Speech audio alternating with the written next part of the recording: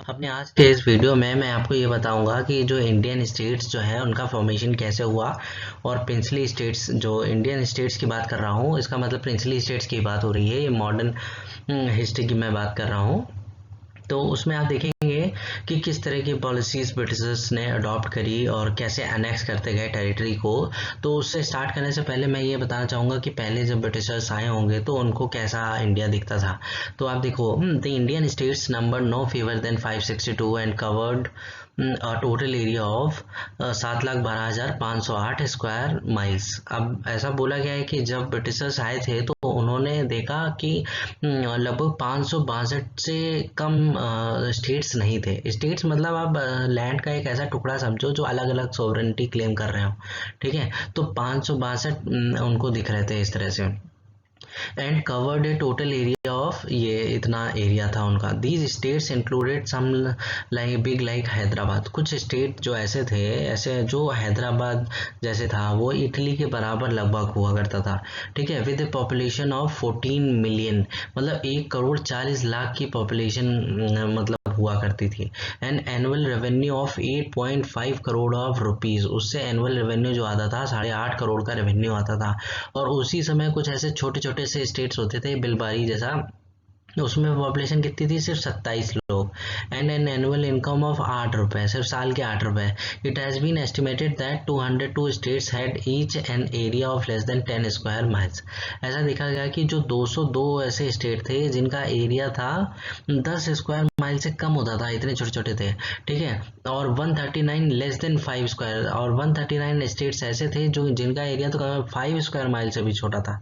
ठीक है, और each while 70 states had each an area not exceeding 1 square miles. अब 70 ऐसे स्टेट्स थे जिनका एरिया 1 स्क्वायर माइल से भी आप समझो कम था। ठीक है, तो generally speaking the Indian states were the इनएसेसिबल and less fertile tracts of Indian peninsula. तो अगर हम इंडियन स्टेट्स की बात करो तो इनएसेसिबल होंगे, तो छोटे छोटे होंगे तो कहाँ से कोई पहुंचेगा। इनएसेसिबल होंगे, इंडियन पेनिनसुला का एक छोटा सा लेस फर्टाइल ट्रैक्ट टुकड़े टुकड़ों में था, ऐसा था। ठीक है, इन the process of conquest the East India company acquired important coastal tracts. आपने देखा कि जब ब्रिटिशर्स जीत रहे थे, ईस्ट इंडिया कंपनी जब कॉन्क्वेस्ट कर रही थी, तो कॉन्क्वेस्ट करने के टाइम पे वो सारे जो कोस्टल ट्रैक्ट्स थे उन पर उन्होंने पहले क्या किया, कब्जा किया अपना। ठीक है, the valley of great navigable rivers accessible from the sea. और उन्होंने क्या किया, कोस्टल किया, और जो घाटियां होती थी नदी की उन पे वो कब्जा करते थे जो कि सी से एक्सेसिबल होती थी। ठीक है, and such tracts which were rich in agriculture product. और ऐसे उन्होंने ट्रैक्ट भूमि के ऐसे टुकड़े को उन्होंने एग्रीकल्चर प्रोडक्ट, जिसमें मतलब एग्रीकल्चर प्रोडक्ट बहुत होते थे, और डेंसली पॉपुलेटेड बाई प्रॉस्परस, जहाँ पैसे वाले लोग होते थे। ठीक है, तो इन्होंने क्या किया, द बेग। अब ये ऐसा ओवरव्यू है कि जब ब्रिटिशर्स आए होंगे तो उनको क्या दिखा होगा कि 500 मतलब 62 उनको दिख रहे हैं प्रिंसली स्टेट्स दिख रहे थे, मतलब छोटे छोटे राजा रहते थे। कुछ बड़ा एरिया होता था, कुछ छोटा एरिया होता था। ठीक है, इस तरह से आपने देखा। अब the making of Indian states was largely governed by same circumstances which led to the growth of East India Company's power in India। अब ये कह रहे हैं कि the making of Indian states, जो इंडियन स्टेट्स जो बना, ये कैसे गवर्न होता था, उसी परिस्थितियों से गवर्न होता था जिससे कि ईस्ट इंडिया कंपनी का ग्रोथ हो रहा था। ऑब्वियस सी बात है कि जो स्टेट्स का ये जो इस तरह से स्टेट्स बन रहे थे, क्या फॉर्मेशन हो रहा था, टुकड़े हो रहे थे, जुड़ रहे थे, आपस में नेक्स हो रहे थे, ये सब ईस्ट इंडिया की ग्रोथ से जुड़े हुए हैं। ठीक है, तो the making of Indian states was largely govern by the same circumstances. वही परिस्थितियां थी जो ग्रोथ के लिए भी जिम्मेदार थी और इंडियन स्टेट्स के फॉर्मेशन के लिए भी जिम्मेदार थी उस समय। ठीक है, तो मैनी इंडियन स्टेट्स एज, अब देखिए जैसे for example Indian east India Company के ग्रोथ के लिए क्या इंपॉर्टेंट था, मुगल रूल वीक हो रहा था। ठीक है, पहली चीज, औरंगजेब मरा 1707 में। और मेकिंग ऑफ इंडियन स्टेट्स, आप देखा इंडिपेंडेंट स्टेट सामने आने लगे छोटे छोटे। तो ये कैसे सामने आने लगे, ये इसीलिए सामने आने लगे, क्योंकि उस समय ये आपका मुगल जो थे वो वीक हो रहे थे, तो सब इंडिपेंडेंस डिक्लेयर कर रहे थे अपनी, कुछ सेमी इंडिपेंडेंस, कुछ इंडिपेंडेंस, छोटे छोटे टुकड़े हो रहे थे। ठीक है, तो many Indian states as independent और semi independent principalities came into existence in the later Mughal period. जैसा कि मैंने बताया, लेटर मुगल पीरियड में ये सब आए एग्जिस्टेंस पे दिखने चालू हुए ढंग से। ठीक है। The East India company became A political power during the same period, profiting from the weakness of Mughal central authority. East India company भी ना इसी समय पावरफुल हुई है, पॉलिटिकल पावर मिली है उसको। क्यों मिली है? क्योंकि मुगल सेंट्रल अथॉरिटी की जो पावर थी वो कमज़ोर हो रही थी। तो many states like Hyderabad, Awadh and Rajput states were not conquered और annexed by the English but accepted the company's supremacy. कुछ ऐसे स्टेट थे जैसे हैदराबाद हो गया, अवध हो गया, राजपूत हो गए, ठीक है, राजपूतों के जो स्टेट्स थे इनको जीता नहीं गया, जबकि क्या किया, मिला लिया गया। ठीक है, मिलाया कैसे? मतलब एनेक्स कर लिया by the English but accepted the not conquered और एनेक्स, मतलब ना मिलाया गया इनको, ना इनको जीता गया। ठीक है, और इससे इनसे क्या हुआ कि इन्होंने कंपनी की सुप्रीमेसी खुद ही से स्वीकार कर ली कि ठीक है, ट्रीटी कर ली जैसे, ठीक है, जो सब्सिडरी अलायंस है या मतलब इस तरह से, तो उन्होंने मतलब एडमिट कर लिया। तो ठीक है, हम आपको इतना पैसा देते रहेंगे, आप हमारा ये कंट्रोल करते रहना। तो उस तरह से इनका काम चलता रहा। ठीक है, अब some states notably the Rajput states of central India had for centuries registered the Mughal and later the Marathas and were saved from extinction by British intervention. Some states, कुछ ऐसे स्टेट्स जैसे कि notably the Rajput states of central India had for century registered the Mughals, इन्होंने बड़ा विरोध किया मुगलों का। ठीक है, एंड लेटर द मराठास, बाद में इन्होंने मराठास का भी बहुत विरोध किया। ठीक है, और and were saved from extinction by British intervention, ये एक्सटेंशन से कैसे बचे? ये ब्रिटिश इंटरवेंशन की वजह से ये बचे हैं। ठीक है, ये कहना चाह रहे हैं कि जो ब्रिटिश का इंटरवेंशन हुआ है इस वजह से ये बचे, नहीं तो मतलब नहीं बचते, इनका एग्जिस्टेंस नहीं होता। ठीक है, सेव फ्रॉम एक्सटिंक्शन।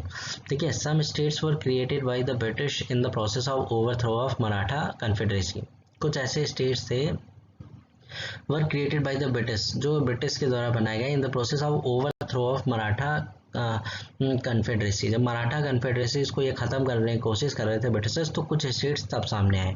ठीक है, तो ऊपर ओवरव्यू की बात हो गई, ज्योग्राफी की बात हो गई, नीचे क्या बात हो रही है कि ये इंडियन स्टेट्स जो हैं वो किस तरह से बनते रहे, जैसे मुग़ल कमज़ोर होते रहे और क्या परिस्थितियाँ रहीं, और कौन कौन से स्टेट ऐसे थे, एग्जाम्पल बताए गए उनके, जो खुद से ही तैयार हो गए, जिनको ना जीता गया ना मिलाया गया, और उन्होंने अपने मन से ही कंपनी की सुप्रीमेसी मान ली। तो इस तरह से आपने देखा कि और ये राजपूत स्टेट्स की बात की गई कि किस तरह से स्टार्टिंग में वो मुगलों से लड़ते रहे, बाद में फिर मराठा से लड़े, रजिस्ट किया उन्होंने। ठीक है, क्या आपने देखा कि extension were saved from extension by British invention. तो ये मतलब पूरा ओवरव्यू है उसका। ठीक है,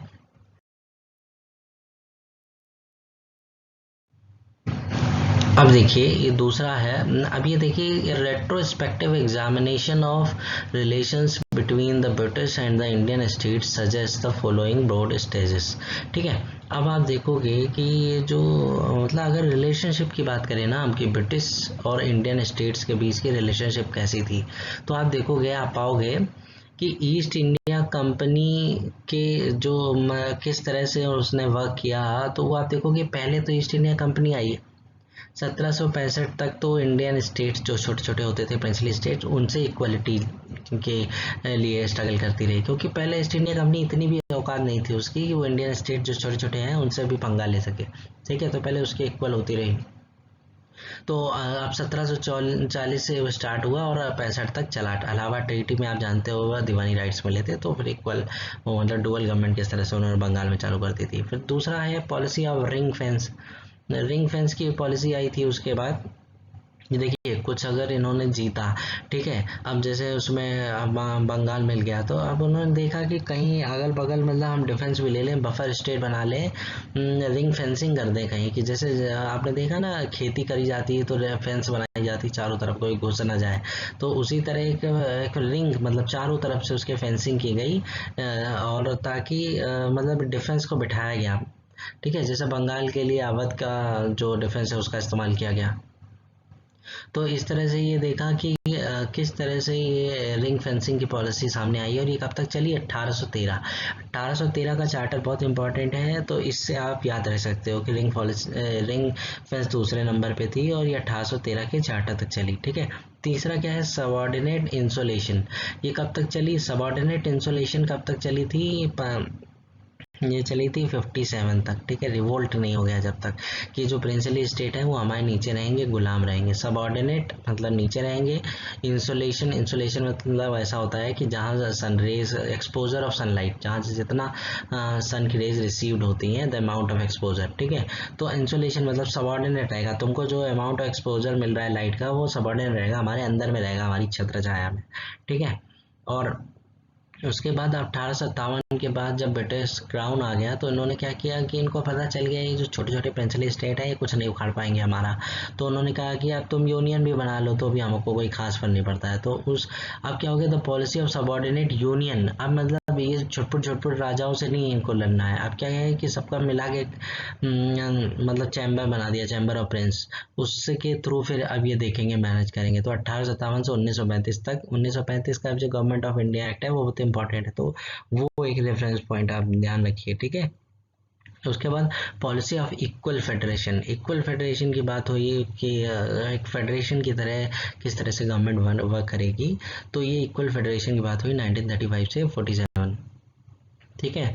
तो ये हमने देखा कि ये 5 फेजेस हैं, ये बहुत इंपॉर्टेंट रिलेशन है जो ब्रिटिश और इंडियन स्टेट मतलब प्रिंसली स्टेट्स के जो रिलेशन रहे हैं उनको अगर एनालाइज करना होगा तो आप 5 तरह से करोगे। तो पहले तो वो स्टेट्स के बराबर आने की कोशिश करते रहे, बराबर आ गए, ठीक है। फिर उन्होंने चारों ओर से घेरा उसको, फिर चारों ओर से घेरने के बाद फिर उन्होंने उनको गुलाम बनाया, सबऑर्डिनेट इंसुलेशन। फिर उसके बाद उन्होंने छोटे छोटों को बोला, अलग अलग गुलाम बनाया। फिर बाद में उन्होंने सबको एक साथ बिठाया अलग से कि अब तुम सब गुलाम तो हो ही, अब सबऑर्डिनेट यूनियन हो गया, तुम्हारी पूरी यूनियन ही हमारी सबऑर्डिनेट है। फिर उसके बाद इक्वल फेडरेशन की बात करेंगे, हम तुम सबको थोड़ी थोड़ी पावर का डिस्ट्रीब्यूशन करेंगे, ठीक है, फेडरल स्ट्रक्चर, पावर का डिस्ट्रीब्यूशन। तो इस तरह से चीजें ये सामने आई।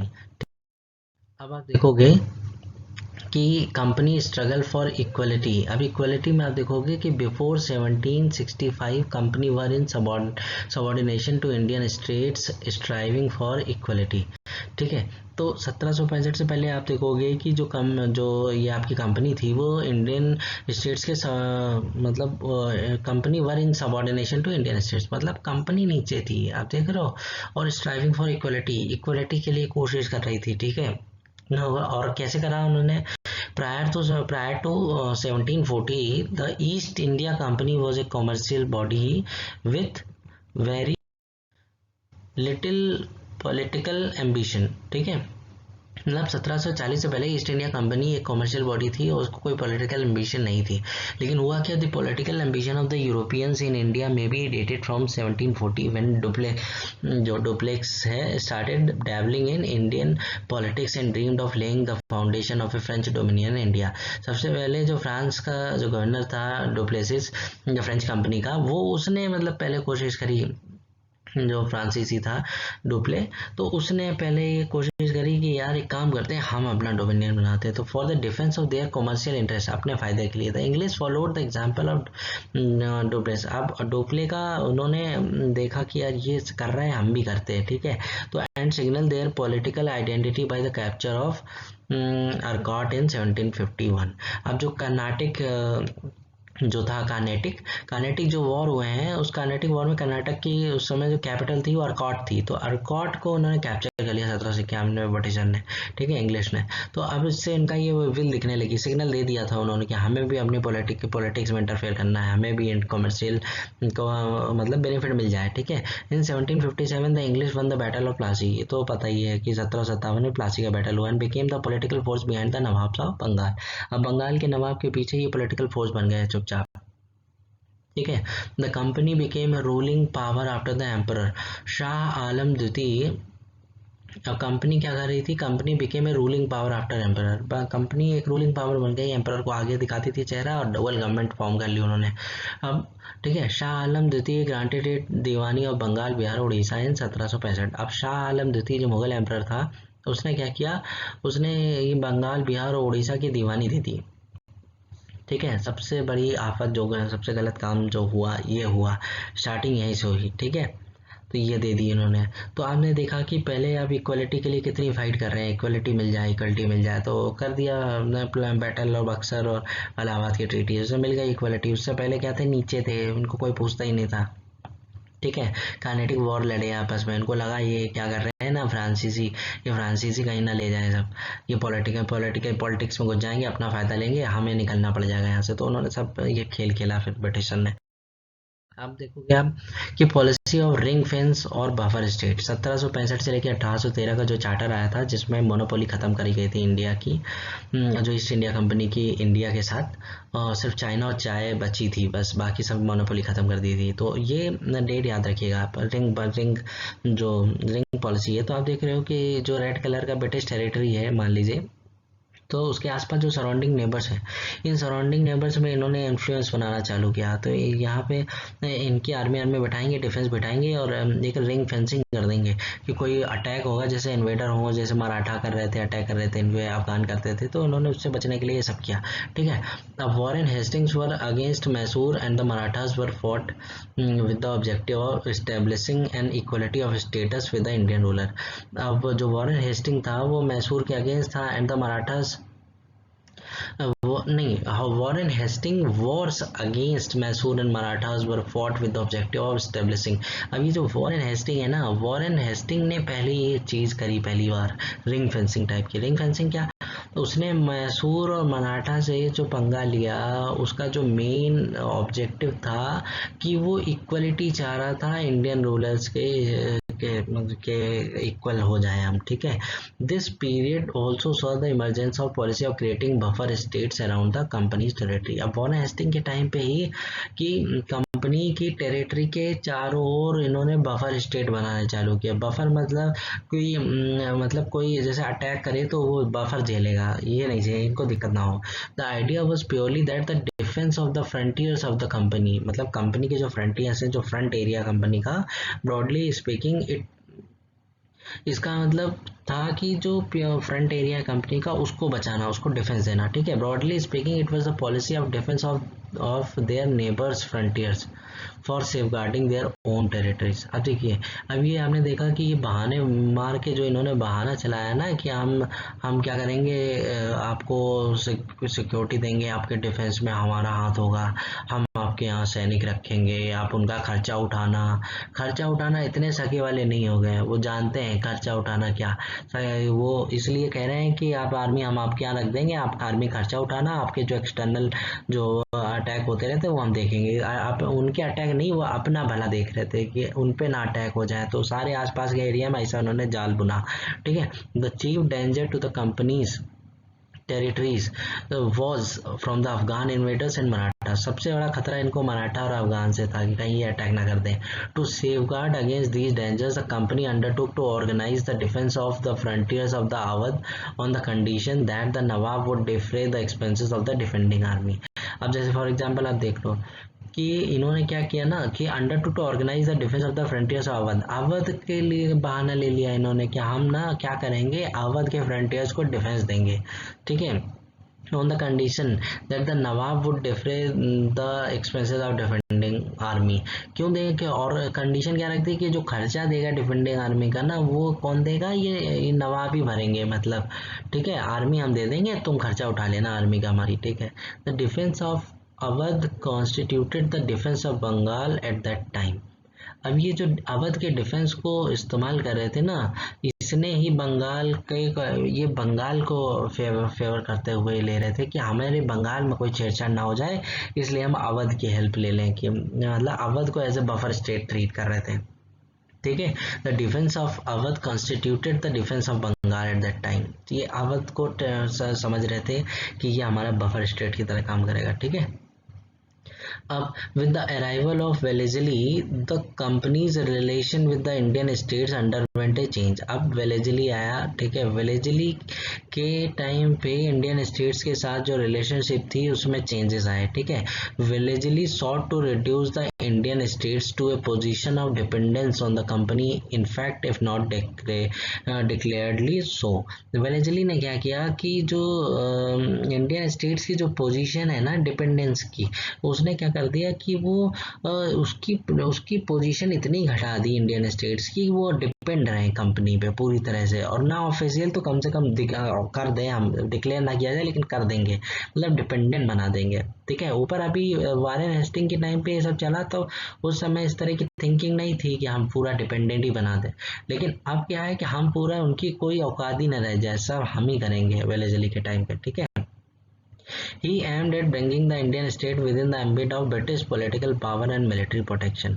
उसने क्या किया, उसका जो एम था कि वो जो इंडियन स्टेट मतलब जो प्रिंसली स्टेट हैं उनको ब्रिटिश पॉलिटिकल पावर और मिलिट्री प्रोटेक्शन के अंडर पूरी तरह से ले आओ। ठीक है, on 12 July 1803 George Barlow wrote, no native state should be left to exist in India which is not upheld by British power or the political conduct of which is not under its absolute control. मतलब आप देख रहे हो क्या बोल रहा है कि कोई भी ऐसा स्टेट नहीं बचना चाहिए जो इसमें ब्रिटिश पावर और पॉलिटिकल कंडक्ट कंट्रोल में ना हो। ठीक है, पूरा कंट्रोल ब्रिटिशर्स का हो जाए, ऐसी की बातें हो रही हैं। ठीक है, the policy may be described as the extension of policy of ring fence. आप देख रहे हो रिंग फेंस पॉलिसी का ये एक्सटेंशन है। ठीक है, रिंग फेंस में क्या थी कि बफर स्टेट बनाएंगे, हम आर्मी देंगे, आप करो। अब क्या है कि हम आर्मी में क्या, आप ही हमारे अंडर आ जाओ पूरे पूरे। ठीक है, तो ये था। Wellesley described his policy as purely defensive and pacific, for he felt compelled to extend the British dominion to counteract the design of France। ठीक है, वो उसको लगा कि जो मतलब वेलेजली ने अपनी पॉलिसी को बहुत डिफेंसिव बनाया कि कहीं ऐसा ना हो ये फ्रांस अटैक कर दे, बताते हुए कि हमें फ्रांस कहीं कुछ ना कर दे तो हम ऐसा कर लेते हैं पहले पहले। ठीक है, इस तरह की thinking. The rulers of Hyderabad, Mysore, Awadh and other lesser states accepted the subsidiary alliance system. आप देख रहे हो कि हैदराबाद, मैसूर और अवध, इन तीनों ने और जो कुछ छोटे स्टेट्स थे उन्होंने सब्सिडरी अलायंस को एक्सेप्ट कर लिया। पहले मतलब ट्रीटी होती थी, इज्जत वाली ट्रीटी थी, अब क्या है ये डिपेंडेंट हो गया, इज्जत खत्म। ठीक है, तो ये हो गया। अब ट्रीटी, अब ये सब्सिडरी अलायंस में क्या हो गया, बिल्कुल हमारे अंडर में, हम जो बोलेंगे वो करोगे। ठीक है, the defeat of the Marathas in 1803 and Holkar in 1805 virtually establish the supremacy of British power.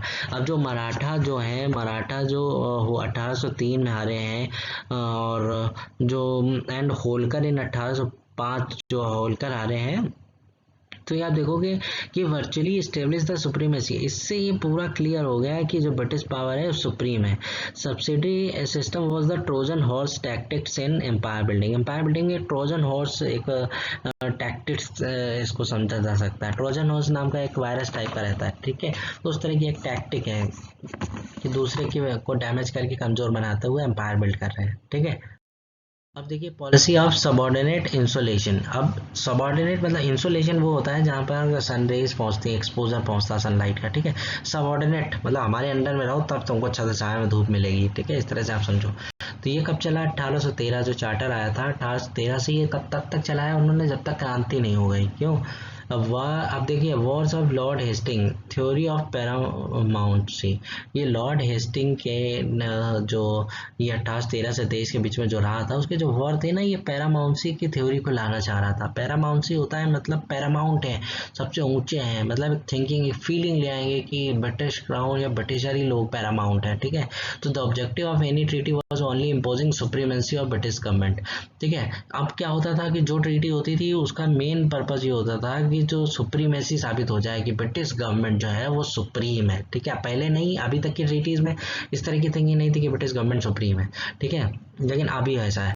All form of external sovereignty went to East India Company. जितनी भी तरह की एक्सटर्नल बाहर से रिलेटेड अफेयर्स होते थे कि कैसे व्यवहार होंगे तुम्हारे दूसरे स्टेट से, क्या होगा, लड़ाई करोगे, इससे दोस्ती करोगे, सब चीजें इस पे डिपेंड हो गई ईस्ट इंडिया कंपनी पे।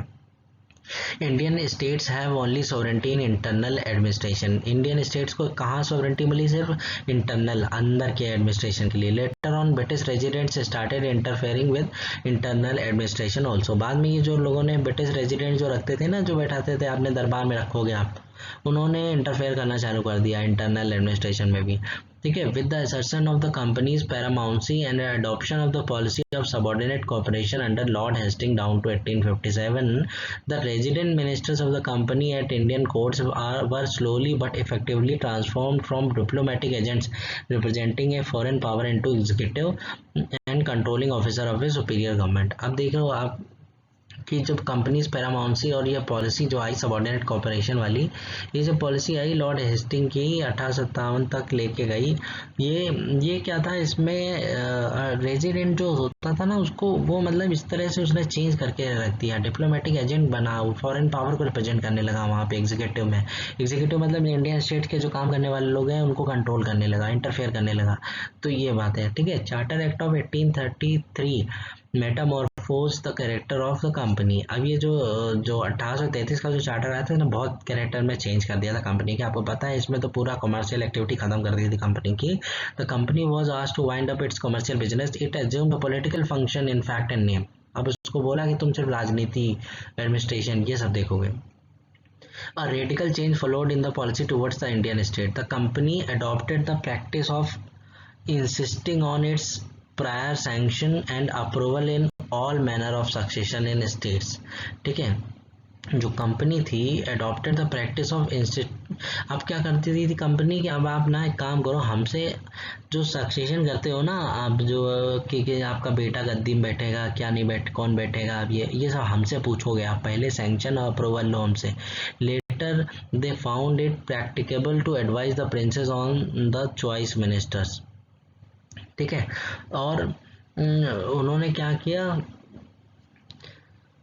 मिनिस्टर में भी कौन मिनिस्टर होंगे उनको, to advise the princes on the choice minister. ठीक है, मिनिस्टर्स को चूज करने में इन्होंने प्रिंसेस को भी एडवाइस करना चालू कर दिया। ठीक है, later they found it practicable to advise the princes on the choice of ministers. ठीक है, the policy of annexation of states whenever and wherever possible was laid down by the court of directors in 1834।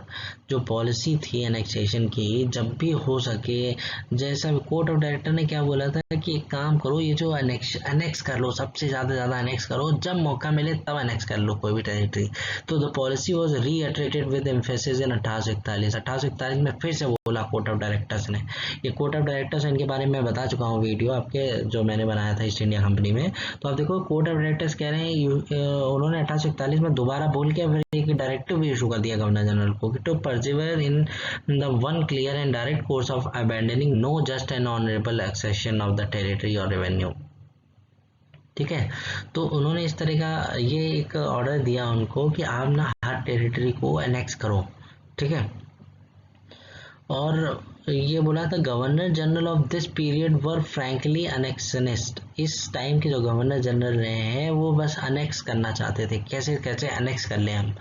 ठीक है, तो annexations were made to acquire new territories and new sources of revenue on the plea of failure of natural heirs और misgovernment। अब ये बहाना क्या मारते थे कि आपके बच्चे खुद के नहीं है, खुद का होना चाहिए, गोद नहीं माना जाएगा, और मिस गवर्नमेंट का इल्जाम लगा के इससे भी कर लेते थे।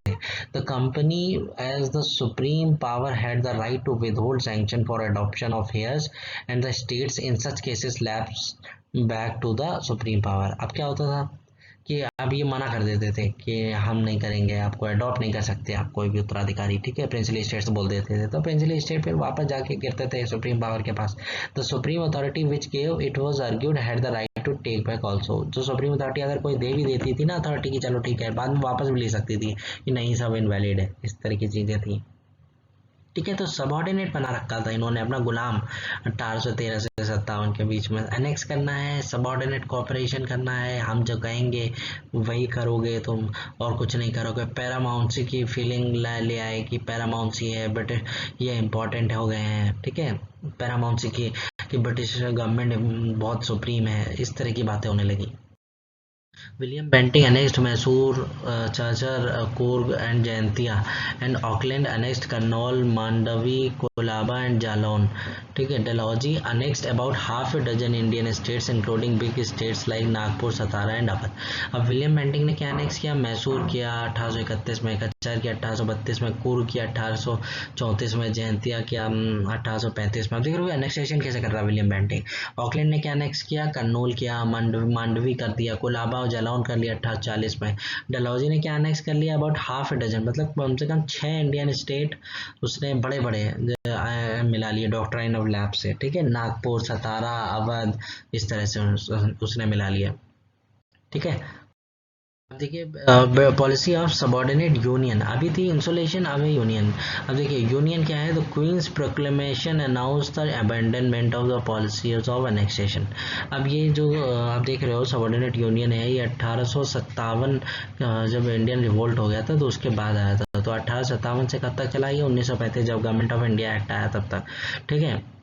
अभी इसमें क्वीन का एक घोषणा हुई थी क्राउन के अंडर आने में, तो उसने क्या बोला था कि the doctrine of lapse was buried deep in soil. ये डॉक्ट्राइन ऑफ लैप्स हो जाता था ना, क्या हमने ये जो डलहौजी दिया था, तो उसको उन्होंने मतलब हटाया कि ठीक है अब नहीं होगा, अब एनेक्स नहीं करेंगे, ठीक है। The assurance was given that crown desired no extension of present territorial positions, ठीक है। अब उन्होंने बोला कि अभी के समय में जो हमारे पास टेरिटरी है, अब उससे ज़्यादा हम एक्सटेंड नहीं करेंगे, ठीक है। The change in policy was due to the loyal attitude of the ruling princes during the revolt of 1857 और 58। ऐसा ही पॉलिसी में चेंज इसलिए आया क्योंकि जब रिवोल्ट हुआ था ना 1857 का, तो ये प्रिंसेस लोगों ने, जो राजा लोग थे, इन्होंने बहुत गद्दारी करी थी, ठीक है, प्रिंसली स्टेट के। तो इन्होंने क्या हुआ था, इन्हें ब्रिटिशर्स का साथ दिया था, which had amply demonstrated that princes could be used as a breakwaters to future possible storms in India. तो उन्होंने भाई इनको बहुत हम फायदा उठा सकते हैं, आगे आगे चल के कभी तूफान आए तो ये ब्रेक वाटर की तरह काम करेंगे, ठीक है। Lord Canning gave practical shape to the new trend by granting 140 sanads और इंस्ट्रूमेंट्स और grant of adoption to Hindu and Muslim princes. अब इसने क्या कर दिया कि मतलब इसने अब 140 सनत से इशू कर दिया कि ठीक है आप ले, जो वो था ना ग्रांट्स ऑफ एडॉप्शन कि आप अडॉप्ट कर सकते हो, तो ये परमिशन मिल गई, ठीक है। और लॉर्ड लैंसडाउन इशूड 17 मोर सनत, इन्होंने अलग इशू कर दिए कि आप अडॉप्ट करने से रोक रखा था पहले, अब अलाउ कर दिया, ठीक है। This new policy was to punish the rulers, the new policy was to punish the rulers for misgovernment and if necessary to depose him but not to annex the state। अब इन्होंने क्या कह दिया, हम अनेक्स नहीं करेंगे state, आप एक काम करेंगे कि आपको हटा देंगे, आपकी जगह किसी और को बिठा देंगे। जैसे एग्जाम्पल है 1874 में the Gaekwad was removed from the gaddi for the charges of misgovernment. इनको हटा दिया गया कि आप मिस गवर्नमेंट चला रहे हो, सही से नहीं चला पा रहे हो, लेकिन इन्होंने स्टेट को अनेक्स नहीं किया, ठीक है। तो अनेक्स नहीं करते थे, लेकिन गद्दी से हटा किसी और को बिठा देते थे जो इनका कहना माने, ठीक है। The change in policy was welcomed by the princess. अब जो प्रिंसेस थे वो खुश हो गए, ठीक है, बहुत ही है तो बहुत अच्छी चीज़ है, ठीक है।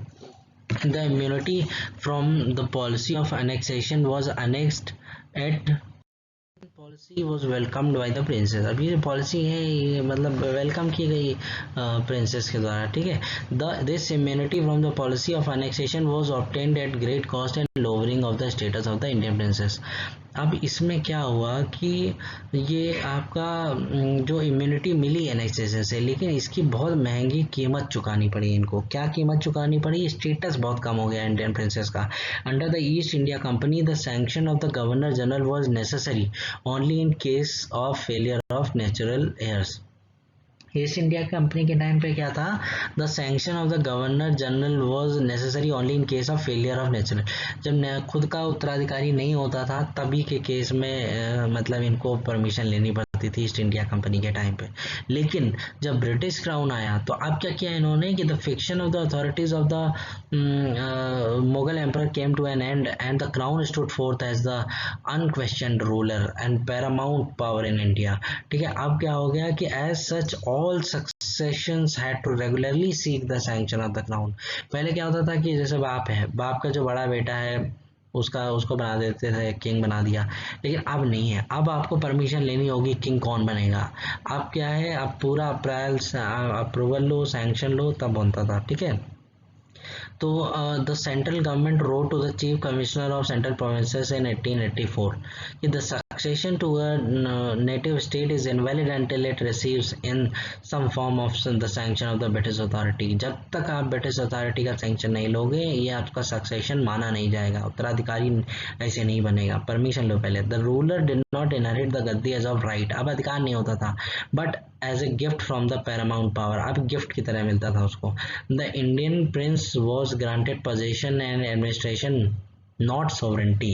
उनको पोजीशन मिल जाता था, एडमिनिस्ट्रेशन चलाते थे, लेकिन उनको सोवरेंटी नहीं मिलती थी। सोवरेंटी का मतलब होता है कि सारे राइट उनके हों, एक इंडिपेंडेंट हो, पूरी तरह से किसी के दबाव में ना काम करते हो, ठीक है। And his continuation as a ruler was conditional on his loyalty to the British crown. और लॉयल रहेगा अगर ब्रिटिश क्राउन के लिए तब तक रहेगा, नहीं तो हटा दिया जाएगा। Normally every ruler was formally installed on the Gaddi bye the British agent. जो जितने भी रूलर बैठाए गए सब ब्रिटिश एजेंट बैठाते थे अपने puppet की तरह, ठीक है। The British government also acted as the guardian of the minor prince and arrange for administration of the state during minority. अब कोई माइनर प्रिंस है तो उसके लिए गार्जियन भी डिसाइड करते थे कि कौन गार्जियन बनेगा, संभालेगा एडमिनिस्ट्रेशन, ठीक है। आप देखोगे कि further the fiction of Indian princes standing on a status of equality with the crown as sovereign independent states finally came to an end. अब क्या हुआ कि ये जो इंडियन प्रिंसेस थे जो सोचते थे कि हम क्राउन के बराबर हैं, और वो सब गया, ठीक है। Canning refer to the rulers of Indian states as feudatories and vassals. उल्टा कैनिंग ने तो इंडियन रूलर को बोल दिया फ्यूडेटरी, सामंत और वसाल्स की सेवक की तरह ट्रीट कर लिया, ठीक है, कैनिंग ने। और ये crown and to the crown as the unquestioned ruler and paramount power in India. और क्राउन को क्या बोल दिया, अनक्वेश्चन रूलर। ये अनक्वेश्चन रूलर है, कोई कुछ सवाल नहीं करेगा, और पैरामाउंट पावर है, सबसे सुप्रीम है, ठीक है।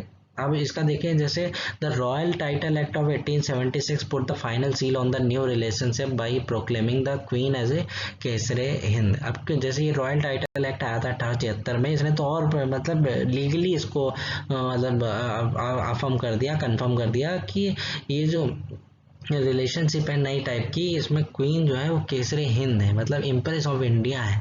अभी तक ऐसा नहीं चल रहा था कि क्वीन पूरे पूरे प्रिंसली स्टेट्स के लिए क्वीन। अब आप ये नहीं, आप राजा हो, आप राजा हो, प्रिंस हो, कुछ भी हो, अब आपके ऊपर आपकी रानी बैठी है, आप सबको रानी बुलाना पड़ेगा, ठीक है। At the time of rendition of Mysore in 1881 the position of new Prince was made conditional on his remaining faithful in allegiance and subordination of crown. मतलब आप जैसे मैसूर में जब ऐसा हो रहा था तो 1881 में जो नया प्रिंस था उसको कंडीशनल ऐसा बनाई गई कि आप जब तक फेथफुल हो और क्राउन के लिए आपको उनके जो मतलब उसको फॉलो करना पड़ेगा, जो कहेंगे क्राउन वही करोगे तुम।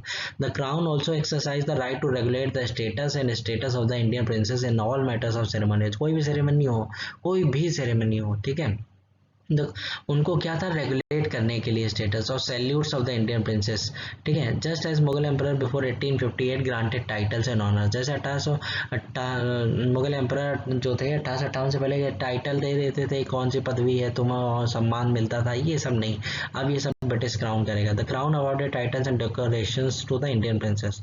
अब क्राउन देगा कौन सा राज्य क्या देना है टाइटल, ठीक है। Development of all Indian character compelled the ruler of Indian states to fall in line with the government of India's policies। एक ऑल इंडिया कैरेक्टर टाइप का डेवलप होने लगा, तो इंडियन स्टेट्स जो थे उनको मतलब काम करना पड़ा गवर्नमेंट ऑफ इंडिया पॉलिसी के। जो गवर्नमेंट ऑफ इंडिया मतलब जो ये ब्रिटिश इंडिया में जो गवर्नमेंट चलाते थे उस समय उसको गवर्नमेंट ऑफ इंडिया, भारत सरकार बोलते थे, ठीक है। गवर्नमेंट ऑफ इंडिया की पॉलिसी के हिसाब से उनको काम करना पड़ रहा था। क्यों?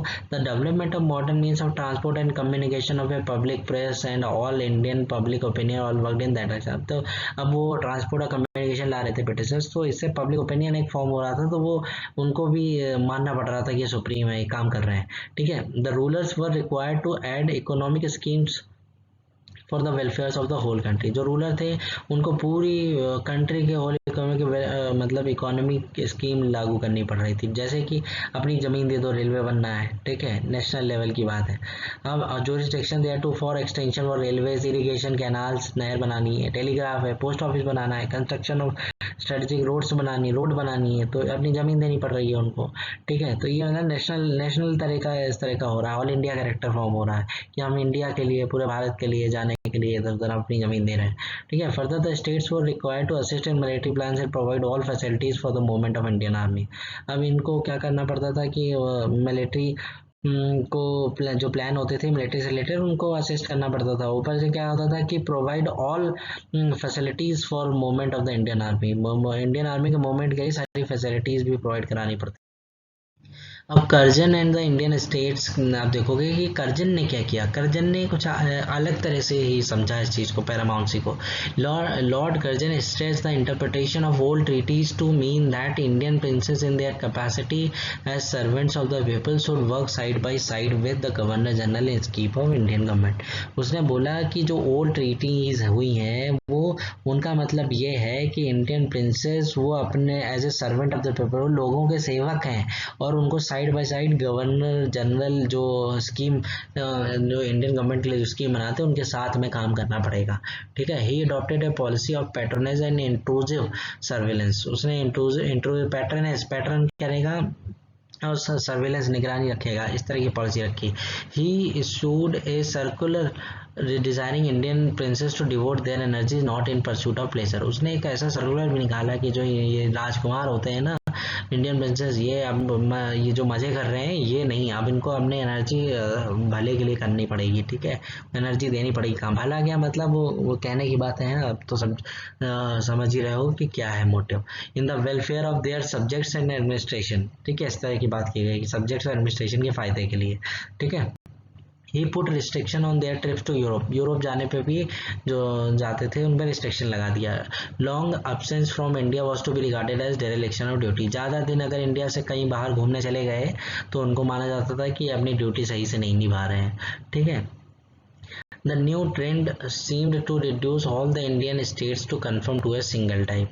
ठीक है, तो इसने नया जो ट्रेंड था उसने सारे इंडियन स्टेट्स को एक सिंगल टाइप का बना दिया, चाहे वो ट्रीटी वाले हो, whether they were treaty states और enjoying varying degree of authority, चाहे उनमें कुछ अथॉरिटी हो। All the states were uniformly dependent on the British government and were considered as having become integral parts of the Indian political system।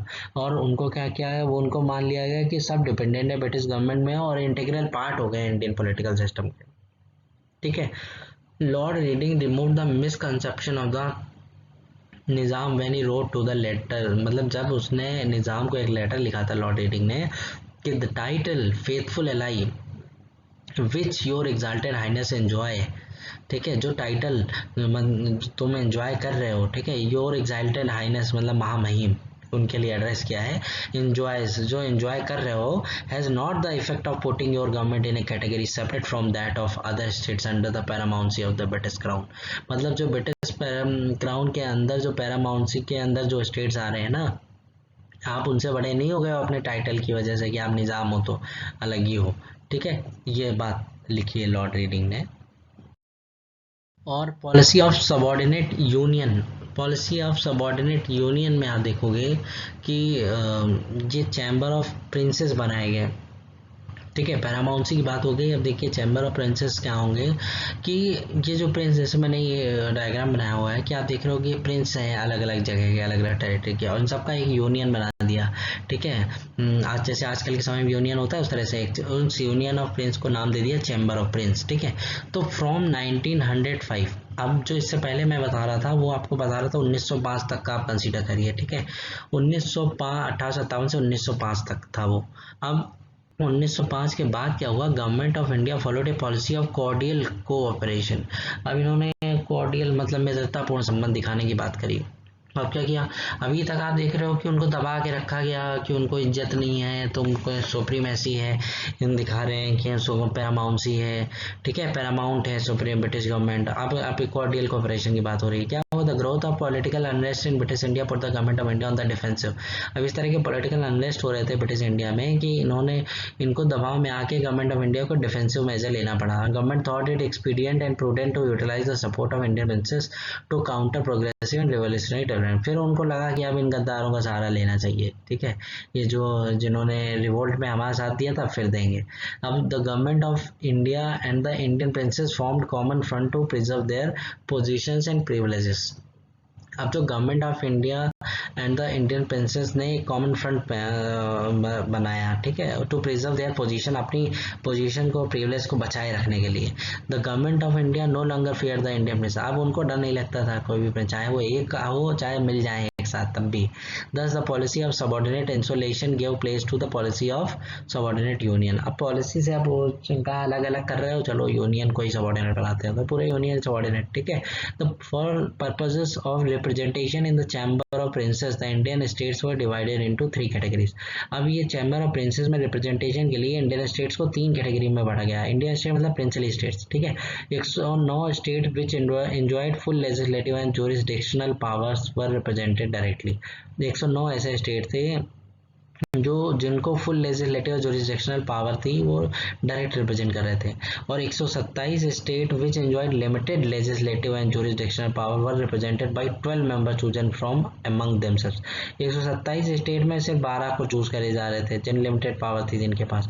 Remaining 326 state which could better be class as jagirs और states of feudal holding, उनको feudal holding मान के उनको कुछ नहीं किया, शामिल नहीं किया, ठीक है। The chamber of princess were merely an advisory consultative body। It had no concern with the internal affairs of individual states or it could discuss matter concerning the existing rights of state or their freedom of action।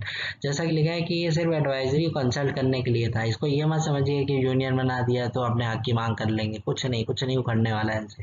तो according to the recommendation of the Montford reform जो हुआ था ना Montagu Chelmsford वाला, वही 1919 में उसके बाद मतलब 1921 में जो Montford according to the recommendation of Montford reforms 1921 a chamber of princes Narendra Mandal was set up as a consultative and advisory body having no say in internal affairs. अभी 1921 में जो मॉन्टफोर्ड रिफॉर्म की जो रिकमेंडेशन थी उसके ध्यान में रखते हुए उन्होंने बनाया था ये चैम्बर ऑफ कॉमर्स, ठीक है। और ये चैम्बर ऑफ कॉमर्स जो था ये कुछ एडवाइस देने के लिए था कि हमारे यहाँ ऐसा है, आप हमसे ज़मीन छीन लेते हो, आप हमको कंपनसेशन नहीं देते हो, हमको कंपनसेशन, हमें रेलवे के लिए आप ज़मीन ले रहे हो तो हमको पैसा दो, ये दो, इस तरह के रोना गाना, ठीक है। और कुछ कोई खास पावर नहीं है, बस ये इस तरह की छोटी छोटी बातें।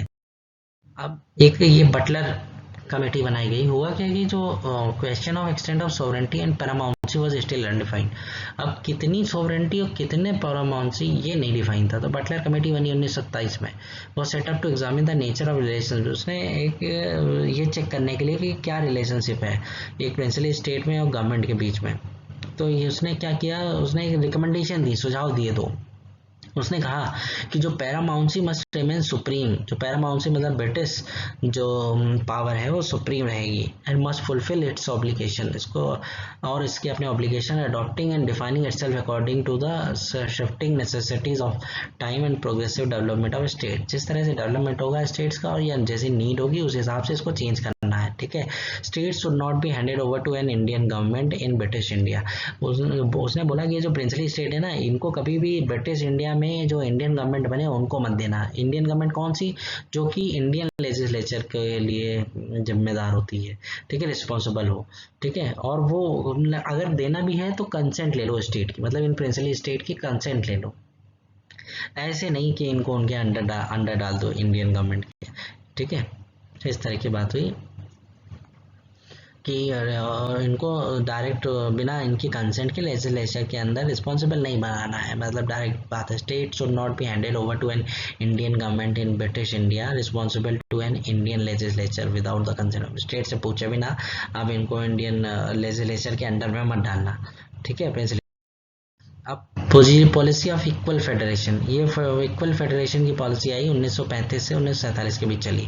The Indian princes were invited at round table conferences during 1932-31। अब 3 राउंड टेबल कॉन्फ्रेंसेस हुए थे 30, 31, 32 में, ठीक है। तो उसमें ये जा रहे थे Indian princes. In the federal structure propose for the whole of India by the government of India act 1935।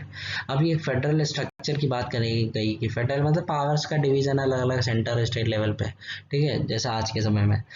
और ट्रीटी के तरह से होगा कि आपको कितनी पावर देंगे, आपको कितने में डिसाइड कर देंगे उस हिसाब से। The Indian states were to be allotted 125 out of 375 seats in federal assembly. Indian जो स्टेट्स है, जो प्रिंसली स्टेट्स है, उनको फेडरल असेंबली में 375 सीटें थी, उनमें से 125 सीटें बोली गई कि इंडियन स्टेट्स जो है प्रिंसली स्टेट्स वहाँ से अलॉट की जाएगी, मतलब उनमें से कोई जाएगा, ठीक है। और बोला गया कि 104 out of 260 seats in council of state, जो काउंसिल ऑफ स्टेट है उसमें 104 सीटें जो हैं वो यहीं से उठाई जाएंगी, ठीक है, जो आपके प्रिंसली स्टेट्स हैं।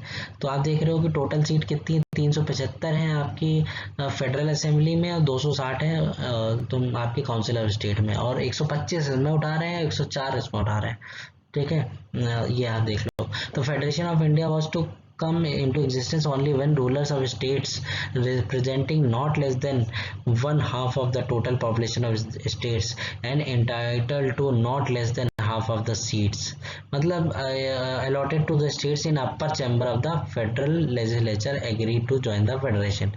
ये जो अपर हाउस होगा, ठीक है, जो अपर चैम्बर होगा उसमें कम से कम, जैसे 104 है, 104 में कम से कम 52 सीटें तो भर जानी चाहिए, और वो जो 52 सीटें भरें, वो 52 सीटों से जो चुन के आए हों वो कम से कम आधी आबादी को तो रिप्रेजेंट करते हो अपने यहाँ की, उससे कम को ना करते हो।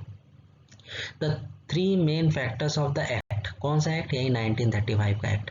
इसमें 3 प्रोविजन थे, ये मैं बता दे रहा हूँ यहाँ पे समझने के लिए। क्या प्रोविजन थे, एक ऑल इंडिया फेडरेशन होगा, ठीक है, रिस्पॉन्सिबल गवर्नमेंट विद सेफगार्ड्स होगी, गवर्नमेंट को रिस्पॉन्सिबल बनाया जाएगा। अभी तक कोई सुनवाई नहीं होती थी, अब जिम्मेदारी ठहराई जाएगी, कौन जिम्मेदार है। वैसे जिम्मेदारी नहीं होगी, आप मान लो कोई काम करना हो, आपको कोई जिम्मेदारी ना हो तो आप कुछ भी करोगे, ठीक है, आपको कोई बोलना है, जवाब देना नहीं है किसी को, तो उस तरह से। Separate representation of communal and other groups, अब रिप्रेजेंटेशन अलग अलग कर दिया इन्होंने कम्युनल बेसिस पे, वो भी, ये 3 चीज़ें करी थी इन्होंने। ऑल इंडिया फेडरेशन में क्या बात थी कि 11 provinces of British India, British India मतलब जो ब्रिटिश के कब्जे में है, डायरेक्ट कब्जे में, वो ब्रिटिश इंडिया है, ठीक है, जहाँ पे ब्रिटिश खुद ही रूल कर रहा है, और जैसे गवर्नर रूल कर रहे हैं, वो हो गया, ठीक है। 11 provinces of British India, 6 chief commissioner province और princely states who might accede to the federation. इस तरह को मिला के इन्होंने कोशिश करी थी कि एक फेडरेशन बनाएंगे, फिर अलग अलग सब्जेक्ट बनाएंगे, ठीक है, क्या हम सेंटर में 2 टॉपिक होंगे, ये सब्जेक्ट तुम देखोगे, ये स्टेट सेंटर लेवल का होगा, ये स्टेट लिस्ट होगी, कॉन्करेंट होगी, इस तरह से डिसाइड करेंगे, सेंट्रल होगी, प्रोविंशियल होगी, मतलब उसका नाम तो फेडरल होगा, ठीक है, फेडरल लिस्ट होगी, प्रोविंशियल लिस्ट होगी और आपकी कॉन्करेंट लिस्ट होगी। लेकिन इस तरह की बातें की गई कि सब कुछ करेंगे हम फेडरेशन, सब लोग सहमत हो जाएं, जोड़ लें, फिर हम ऐसा बनाएंगे, इस तरह से करेंगे, ठीक है। The federation never came into existence for the requisite number of states did not agree to join it। अब क्योंकि तैयार ही नहीं हुए स्टेट्स ज्वाइन करने के लिए, ठीक है, तो ये उसके बाद ये 1935 एक्ट जो एक्ट था गवर्नमेंट ऑफ इंडिया का, उसमें आप देखो कुछ चीज़ें मैं बता दे रहा हूँ ताकि आपको समझ में आए। अब देखो फेडरल स्ट्रक्चर, मतलब उसमें बात की गई थी, फेडरल लेजिस्लेचर से रिलेटेड बातें की गई। 1935 का जो गवर्नमेंट ऑफ इंडिया का एक्ट है ना, हमारा कॉन्स्टिट्यूशन में बहुत सारी चीज़ें इस एक्ट से ली गई हैं, बहुत सारी, ठीक है। तो आप देखना काफ़ी मिलता जुलता भी है। जैसे फेडरल लेजिस्लेचर की बात हो रही है, फेडरल, अब उस समय फेडरल बोला उन्होंने, हम आज की डेट में हम इसको यूनियन लेजिस्लेचर या सेंट्रल लेजिस्लेचर बुला सकते हैं। लेजिस्लेचर मतलब जो कानून बनाते हैं, ठीक है। तो आज की डेट में कौन कानून बनाता है, आज की डेट में लोकसभा, राज्यसभा, ठीक है, प्रेसिडेंट साइन करता है, कानून बन जाता है, पार्लियामेंट बनाती है कानून। तो इस तरह से आप समझो फेडरल लेजिस्लेचर है ये। और इसमें एग्जीक्यूटिव अथॉरिटी कौन होता था फेडरल लेवल पे, गवर्नर जनरल, तो सबका मालिक है, ठीक है। और ये फेडरल लेजिस्लेचर में 2, जैसे आज की डेट पे लोकसभा राज्यसभा, उस तरह 2 क्या इसमें मतलब वो होते थे, हाउस होते थे। अब देखिए एक हाउस है फेडरल असेंबली, दूसरा है काउंसिल ऑफ स्टेट। अब काउंसिल ऑफ स्टेट जो है, ठीक है, council of state permanent body होता था, राज्यसभा। ये आप समझो आज की जैसे राज्यसभा है ना, अपर हाउस, उसी टाइप का कुछ है, ठीक है। नाउ अ डेज अपर हाउस आजकल बुलाते हैं जैसे।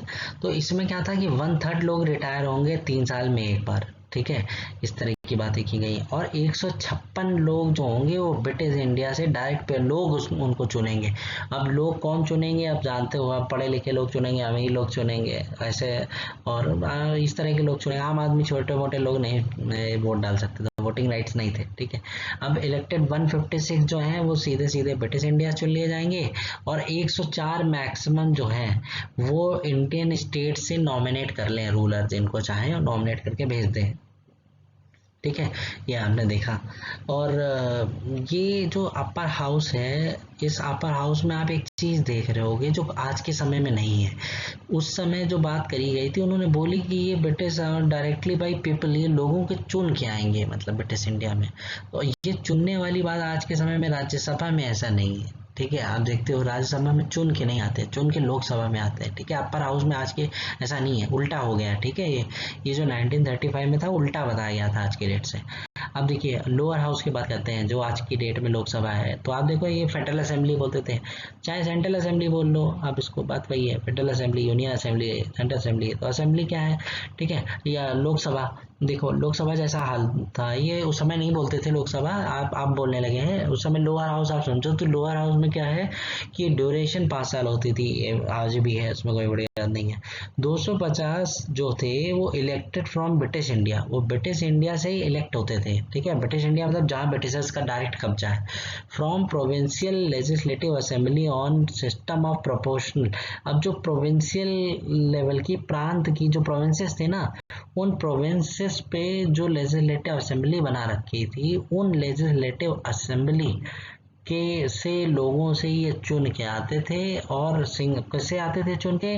प्रोपोर्शनल रिप्रेजेंटेशन और सिंगल ट्रांसफरेबल वोट। ये जैसा कि आप उल्टा देख रहे हो, सब उल्टा है ये। ठीक है, ऐसे चुन के आते थे। और maximum 125 from from Indian states nominated by rulers. ये 125 जो थे वो रूलर जो होते थे वो नॉमिनेट कर देते थे स्टेट्स के। तो अब आपने ये देखा कि किस तरह से ये उल्टा है। ठीक है, आज की डेट पे ये सब उल्टा है। आज की डेट पे क्या होता है कि आज की डेट पे राज्यसभा में जो आते हैं वो आते हैं असेंबली से, जो प्रोविंशियल असेंबली मतलब स्टेट्स की जो असेंबलीज होती हैं वहां से आते हैं। ठीक है, और पहले क्या था? पहले अलग सिस्टम था, पहले इस तरह की चीज़ें नहीं थी। पहले इन्होंने जो बताया था 1935 एक्ट में, उल्टा बताया था। उन्होंने बोला अपर हाउस में बैठोगे आप, लोअर हाउस में नहीं है इस तरह का रूल। तो आप देखोगे तो princes were to nominate 1/3 of the representative in lower house, मतलब लोअर हाउस में सिर्फ 33.33% ही चूज करके, नॉमिनेट करके भेजते थे, और 40% अपर हाउस में भेजते थे। तो इस तरह की चीज़ें इन्होंने 1935 में इस तरह की बात करी गई थी एक्ट में। ठीक है, ये जो आप देख रहे हो ना, 2 हाउस वाला स्ट्रक्चर, ये हाउस वाला स्ट्रक्चर जो सेंटर लेवल पे या फेडरल लेवल पे जो आया है लेजिस्लेचर का, ये 1919 में ही आ गया था। ठीक है, मॉन्टेग्यू चेम्सफोर्ड के टाइम पे ही। और ये आप प्रोविंस पे आओ। ठीक है, ये तो सेंटर की हो गया। अब स्टेट लेवल की, जैसे प्रोविंस लेवल की बात करते हैं, प्रोविंस में आप देखोगे कि प्रोविंस में क्या क्या किया गया। प्रोविंस में दी गई ऑटोनॉमी। ऑटोनॉमी आप अपने अपने एरिया में कुछ एरिया डिफाइन कर दिए, वहाँ पे आप ऑटोनॉमस हो, आपको कोई पूछने की जरूरत नहीं है, अपने लेवल पे सब काम कर सकते हो।